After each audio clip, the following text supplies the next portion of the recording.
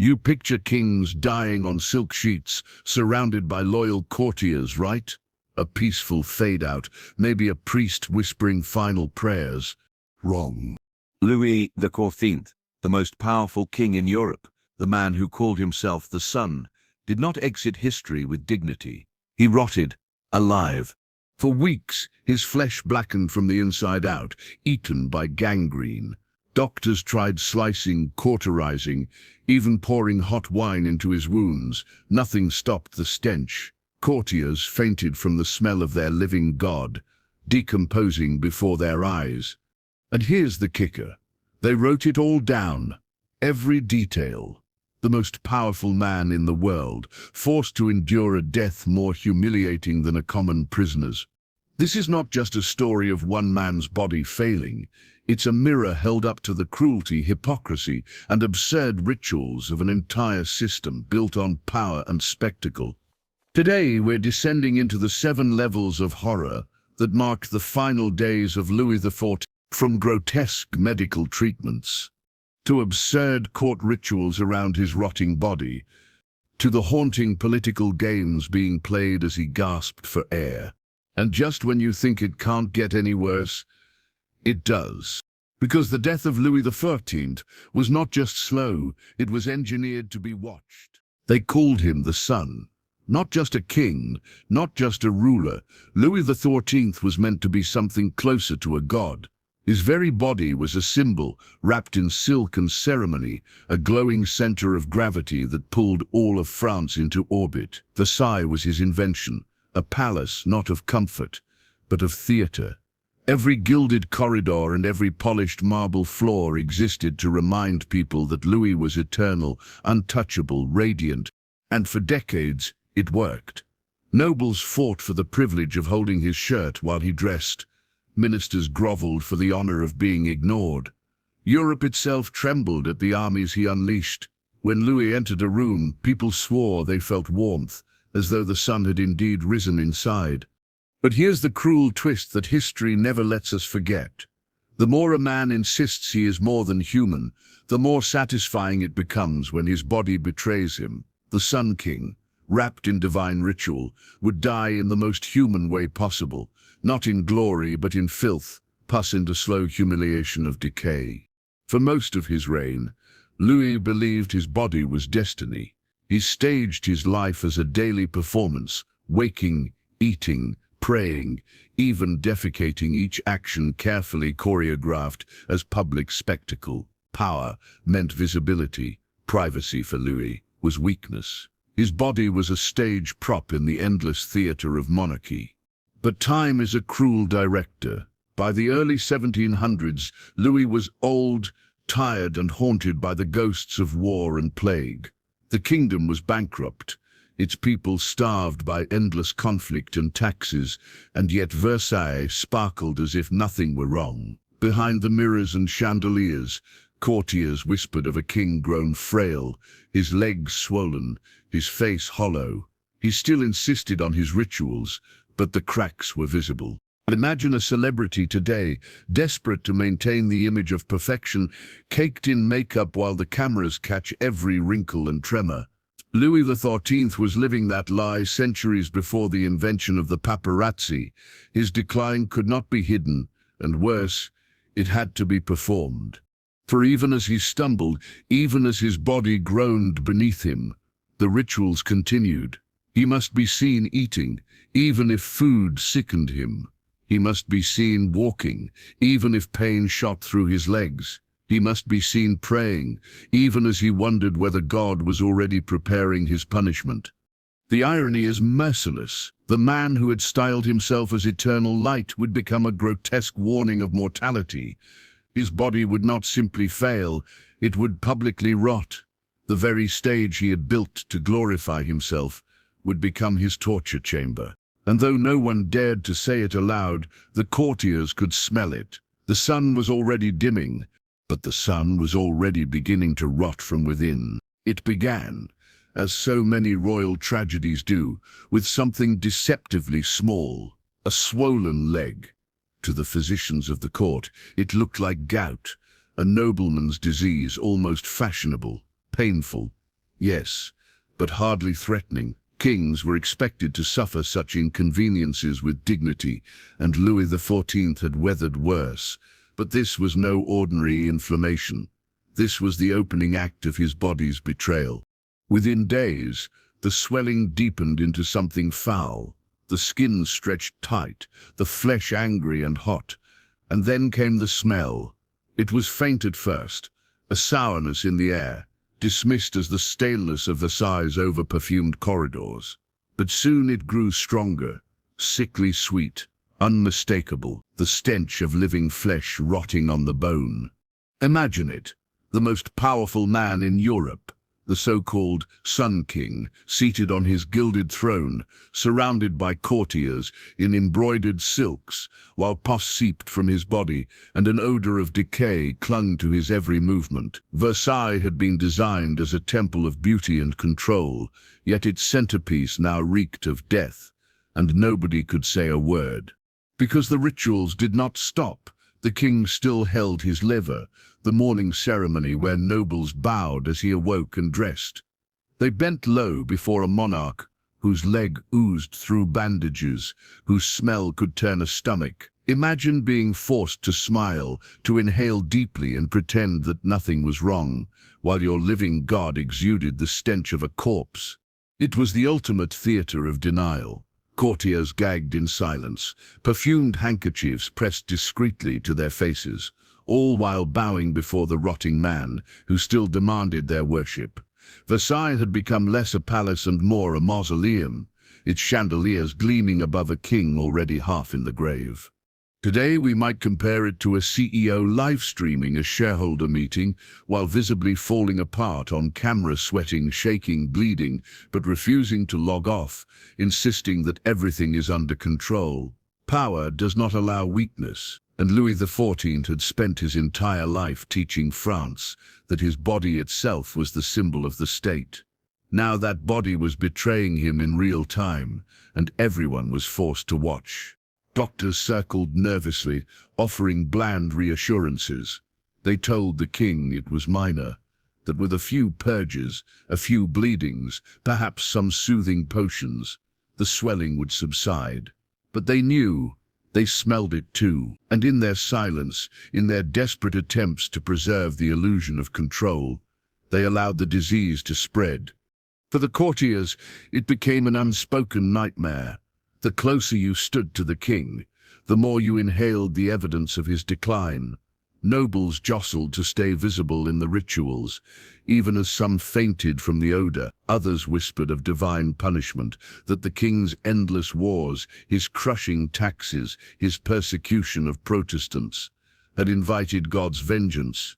His leg, blackening before their eyes, was the judgment of heaven itself. Still, the show went on. The curtains of Versailles stayed open, the rituals performed with precision, even as the center of the stage was collapsing into rot. The Sun King had become a spectacle of corruption, a man worshipped as eternal light, who now smelled like a grave. And yet, as unbearable as it was, this was only the beginning, because when the doctors finally decided to intervene, their cure would prove more terrifying than the disease itself. The stench was unbearable, the swelling grotesque. Something had to be done, and in Versailles that meant calling upon the most celebrated medical minds in France, the royal doctors, guardians of the king's sacred body. But here's the horror. In the early 18th century, medicine was less about healing and more about ritualized brutality. To treat the Sun King, they reached first for their favorite tool, the lancet. Bleeding was the cure-all of the age, the unquestioned dogma. Too much blood was believed to cause disease, so the solution was simple: drain the body dry. They sliced into the king's veins again and again, letting the royal blood pour out into bowls, while the courtiers bowed reverently as if this were holy sacrifice. By the end of it, Louis XIV was pale, weak, and still reeking of rot. The infection raged on, but the doctors congratulated themselves. When the bleeding failed, they turned to purging. Enemas of every variety, potions of emetics, powders to provoke vomiting. Imagine forcing a man already writhing in agony to expel his insides day after day, as if emptying him out would somehow drain away the gangrene eating his leg. He gagged, convulsed, cried out. But the rituals continued. Versailles had become a laboratory of pain, with the king himself as the specimen. Still nothing worked. The swelling grew worse, the blackened flesh spreading like spilled ink across the parchment of his skin. And so the physicians escalated. They brought hot irons cauterizing the sores, pressing searing metal into his leg while he howled. The smell of burning flesh mingled with the odor of decay until the palace itself stank like a battlefield. Servants fainted. Courtiers whispered prayers. But the doctors pressed on, determined to prove their loyalty not by saving him, but by doing anything. Their boldest attempt was almost theatrical in its madness. They poured scalding wine directly into the wound, believing the alcohol's heat might kill the rot. Picture it. A monarch revered as the living sun, writhing on his bed as boiling liquid flooded his ulcerated flesh, screaming in pain while his attendants tried to muffle the sound. The chamber filled with the scent of roasted corruption, half feast, half funeral. And through it all, the doctors lied. They assured the king that progress was being made, that the treatments were working. To admit failure would mean admitting that the greatest king in Europe was dying, and no one dared speak that truth. Better to torture him with useless remedies than face the wrath of his disapproval. In the twisted logic of Versailles, the doctors became tormentors disguised as saviors. Louis endured it all. He submitted to the knives, the flames, the poisons, because his body was not his own. It belonged to France, to God, to the myth of the Sun King. He had lived his entire life as spectacle.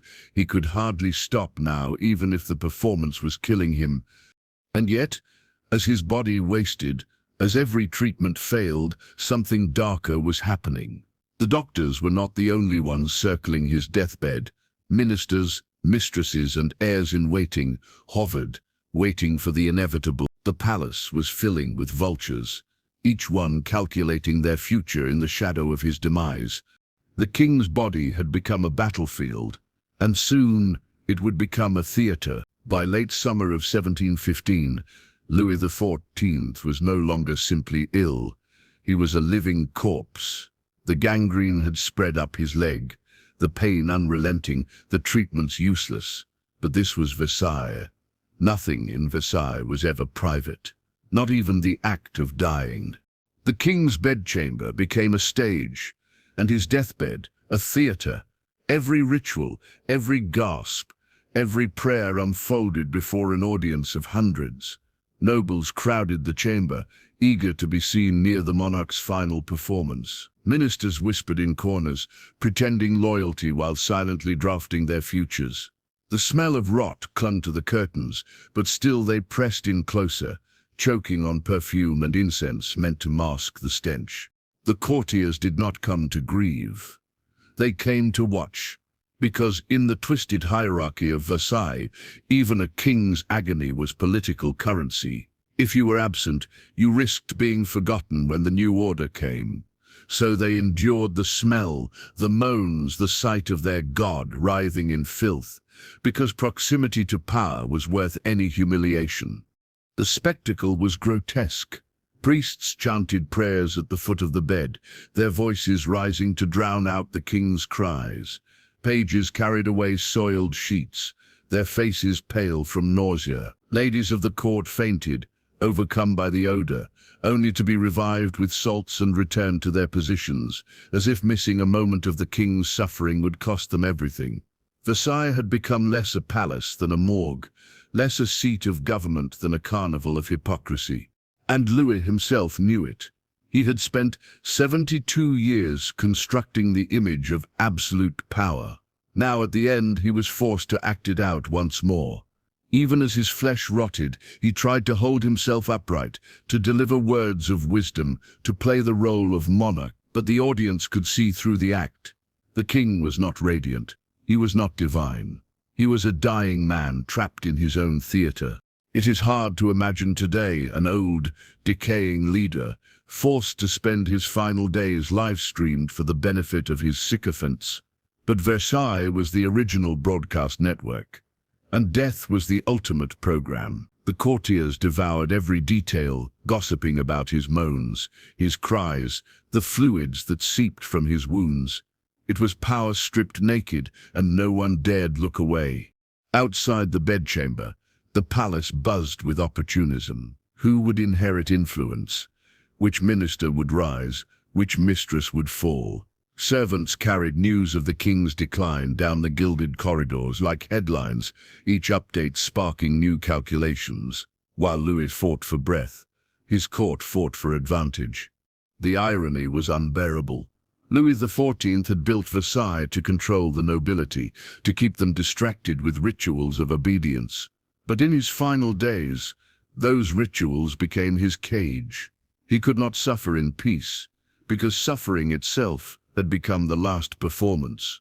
Every cough, every cry, every twitch of pain was witnessed, recorded, judged. He had demanded absolute visibility in life, and now that demand turned against him in death.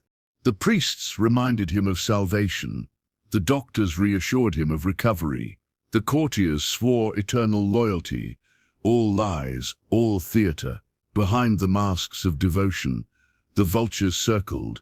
Some already whispered about the new king, his great-grandson, a frail boy of only 5 years old. The future was arriving before the present had finished dying. And yet Louis endured. He endured the stench, the rituals, the suffocating theatre of his own deathbed, because he knew one thing. He still had one last performance left to give. He would speak, he would confess, he would turn his agony into a final lesson for France. But when the king opened his mouth to deliver his last words to a kingdom that had worshipped him for 70 years, what came out was not redemption. It was something far stranger. The chamber fell silent when Louis XIV asked for quiet. The priests hushed their chants, the courtiers froze mid-bow, and even the doctors stepped back. The Sun King, rotting, stinking, writhing, wanted to speak, and when a man who had ruled France for 70 years opened his mouth, the room obeyed. This was no ordinary king's speech. This was a confession. And for Louis XIV, a man who had spent his life hiding weakness behind silk curtains and golden mirrors, the words came as a shock. He admitted, yes, admitted that he had failed his people. He told his great-grandson, the trembling child who would inherit his throne, that he had loved war too much, that he had taxed his subjects too heavily, that he had built monuments to his own glory, while France bled. The admission stunned the court. The man who had demanded worship for decades was finally acknowledging that his reign had been cruel. But here's the irony. Even in confession, Louis could not escape performance. His words were carefully chosen, calculated, like everything else he had ever done. He wanted history to remember him as humble in death, wise enough to warn his heir of mistakes. It was less a true confession than a final act in the theatre of kingship. "I die," he told the boy, "but the state will live on." He was sorry for the suffering, but not sorry enough to dismantle the very system that had caused it. It was the apology of a tyrant who had no intention of ending tyranny. Imagine a modern leader stepping down in disgrace, admitting "I may have gone too far," while quietly instructing their successor to keep doing exactly the same thing. It was humility weaponized, regret turned into propaganda. The courtiers wept at his words, or at least pretended to. Some pressed handkerchiefs to their eyes, others clutched rosaries, but behind the theatrics their minds raced. The king's admission of guilt was not an act of justice. It was a performance to secure loyalty to the monarchy itself. By appearing humble, he sought to sanctify the throne, to ensure that the people's rage would die with him and not touch the child who would rule after. His confession was not about truth, it was about control. And the boy, the future Louis XV, was too young to understand. He nodded, wide-eyed, as the dying monarch poured into him the poisoned chalice of divine right. The child was meant to learn that kings may err, but the crown itself was holy, untouchable. France had suffered famine, plague and bankruptcy under his great-grandfather. But none of that mattered. The system must continue. For a moment, it almost worked. The words carried weight, echoing through Versailles like the voice of a prophet. A king acknowledging failure felt like a miracle. But the illusion shattered the moment Louis tried to continue. His body betrayed him. Yet again, mid-sentence, his voice cracked into a moan of agony. His speech cut short by spasms of pain. He collapsed against the pillows, the stench of his rotting flesh filling the room once more. The performance was ruined, drowned out by the reality of his body's collapse. The courtiers exchanged glances. The priests rushed back to their chants. The doctors fumbled with bandages and potions. The confession, the attempt at a noble farewell, had ended in humiliation. The Sun King's final speech was not a sermon of redemption. It was a grotesque reminder that no words could hide the smell of decay. And as the courtiers wiped their eyes and bowed once more, one thought passed silently through the chamber. If this was the king's grand confession, what would the end itself look like? The confession had failed. Whatever dignity Louis XIII hoped to salvage with words was drowned out by the louder truth of his body. Because by now the rot was not just in his leg, it was everywhere. The gangrene was spreading, and nothing could stop it. His leg had turned black, swollen to nearly twice its size. The skin split and oozed, leaving foul stains on the silks meant to disguise it. Surgeons tried cutting away the infected flesh, carving into the body of Europe's most powerful king like butchers hacking at spoiled meat. But the corruption was faster than their knives. Each incision only revealed more decay. The infection climbed his thigh, spread into his abdomen, poisoned his blood. His body ballooned grotesquely, the regal figure of the Sun King replaced by a bloated husk. His skin discolored, his breath reeked, his eyes sunk deep into his skull. The courtiers had once praised him as radiant, godlike. Now they whispered he looked like death itself walking. And the smell. Nothing could mask it now. Perfumes, incense and fresh flowers were dumped into his chamber by the cartload. But the stench of gangrene overpowered them all. Priests doubled their prayers, hoping holy words would overpower the odor. But the smell was stronger than God. It seeped through the palace, down the gilded corridors, announcing to everyone the Sun King is rotting alive. The rituals continued, grotesque parodies of what they had once been. The king still received his courtiers, still endured the ceremonies of loyalty, but now they were carried out through clouds of stench and waves of nausea. Nobles bowed, their faces pale, some collapsing into fainting fits as they inhaled the odor. Yet they always returned, because power, even rotting, was still power. The doctors, desperate and panicked, escalated their torture. They sliced deeper, drained more blood, applied poultices, burned his flesh with more cauterizations. They spoke in hopeful tones while secretly confessing to each other that the king was beyond saving. One surgeon reportedly declared, "The king is already dead, he just does not know it yet." Louis himself knew. Between spasms of agony, he begged God for forgiveness, whispered apologies to his attendants, and clutched his rosary as if prayer could cleanse the corruption inside him. He told his courtiers he had lived too long, that nature itself was punishing him for refusing to die sooner. And still, the theater went on.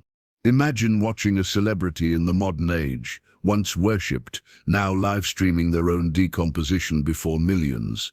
That was Versailles in 1715.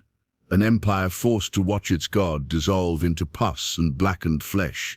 Every day brought new horrors. His leg swelled until it split open, leaking fluids that servants carried away in buckets. His stomach distended, the infection spreading upward, choking his lungs. He could hardly speak without gasping, his once commanding voice reduced to rasping groans. The man who had once declared, "I am the state," could barely whisper his prayers. Some courtiers began to mutter, that his body was cursed, that his corruption was divine punishment. Others prayed for his suffering to end, not out of compassion, but because they could no longer endure the spectacle. And yet Louis kept breathing. Every morning they expected news of his death. Every night he lingered on, a grotesque reminder that power does not make one immortal. It only prolongs the agony. By the end of August, the palace itself seemed to decay around him. The air was thick with rot, the rituals hollow, the courtiers restless. France waited for release, but the king clung to life with terrifying endurance. And when death finally came, it did not bring peace. It brought chaos. On the morning of September 1st, 1715, the Sun King finally began to set. After weeks of agony, after days of rotting alive, Louis XIV's body was more wound than man. His leg had become a blackened column of gangrene, his chest rattled with every breath, and his stomach ballooned grotesquely with infection. He was 76 years old, an age few peasants in his kingdom ever reached. But his death would not be serene. For hours, the chamber was filled with the sound of his gasps, each breath a fight, each exhale a groan. Priests pressed crucifixes to his lips, urging him to cling to faith. Courtiers crowded around, clutching rosaries, whispering prayers, while secretly calculating how quickly power would shift once the monarch drew his final breath. The air was suffocating, incense burned in thick clouds, flowers piled high, perfumes doused across curtains. Yet nothing concealed the odor. Witnesses swore the stench of the dying king was unbearable, so strong it seemed to seep into the very walls of Versailles. And still, the theatre continued. Servants carried away bowls of pus and blood, nobles elbowed their way to the front of the chamber to be seen at the king's side, and the doctors recited lies about improvement even as their patient withered before them. One by one, members of the court pressed in, desperate to witness the moment of transition, because to miss the king's death was to risk obscurity in the new regime. Louis himself clung to ritual until the very end. He attempted prayers, mouthed blessings to his great-grandson and heir, and even tried to smile faintly as though death itself could be staged. But the performance collapsed as his body gave out. His face contorted, his voice cracked into inhuman cries, and the king who had demanded worship for 7 decades died like any man, screaming, stinking, writhing. At precisely 8:15 in the morning, the sun went dark. What followed was chaos disguised as reverence. The priests immediately launched into chants, declaring his soul had ascended. Courtiers collapsed into theatrical displays of grief, sobbing loudly, pressing handkerchiefs to their eyes. But beneath the performance, relief rippled through the palace. The vultures who had circled for weeks could now finally descend. Ministers whispered about succession, generals discussed the state of the army, and rivals plotted their return to influence. The king's body was barely cold before the knives of politics came out. And then came the final humiliation. Tradition demanded that his corpse be embalmed, prepared for display, and laid to rest as befitted a god-king. But when the surgeons opened him up, the stench was so overwhelming that several nearly vomited. His insides were so decomposed that the body fluid spilled across the floor, soaking the robes of those tasked with preserving him. Within hours, his corpse began to bloat and burst. Versailles, the palace of eternal glory, now reeked of rotting king. Across Europe, the news spread with both solemnity and satisfaction. Allies mourned.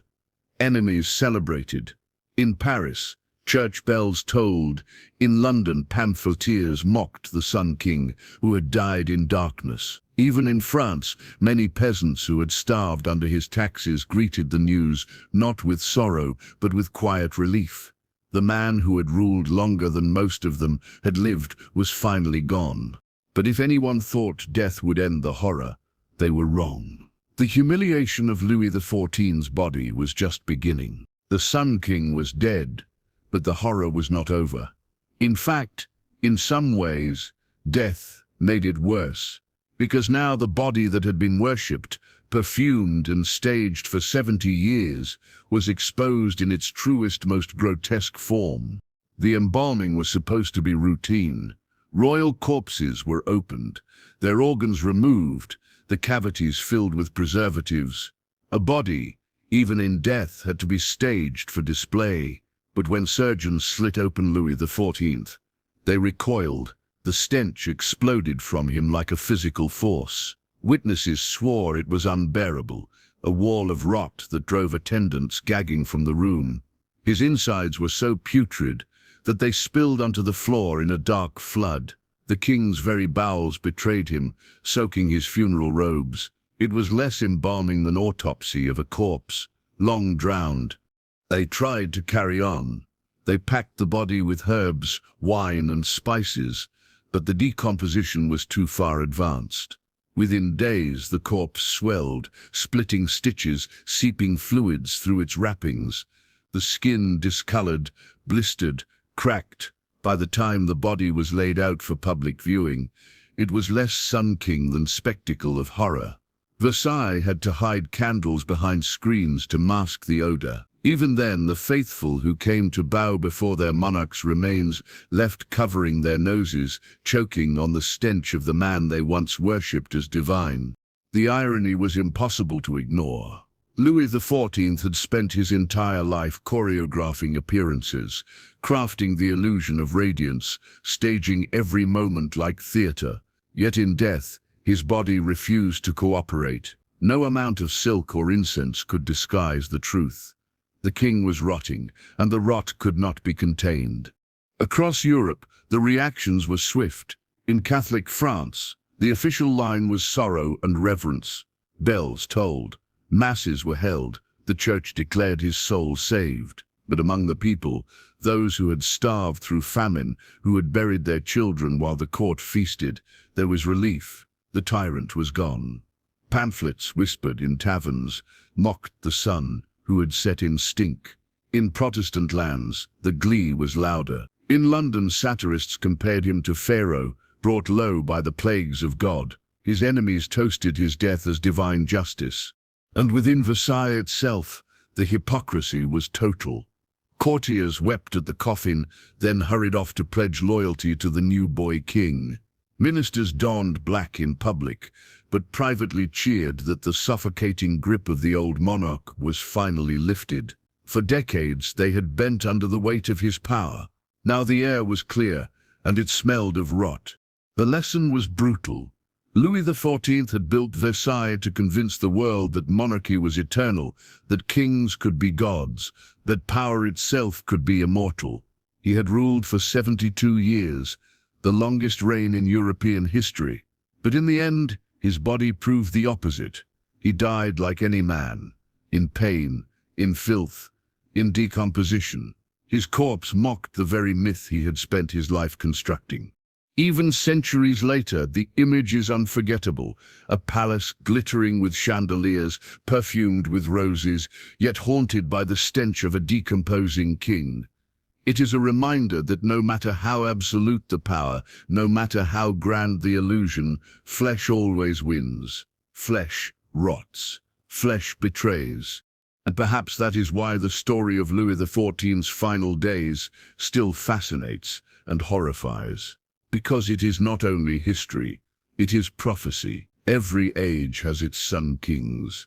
Leaders who believe themselves untouchable, celebrities who imagine themselves immortal, institutions that insist they will never fall, and yet in the end, they too will decompose, publicly, humiliatingly, while the world watches. Versailles was not the end of that theatre.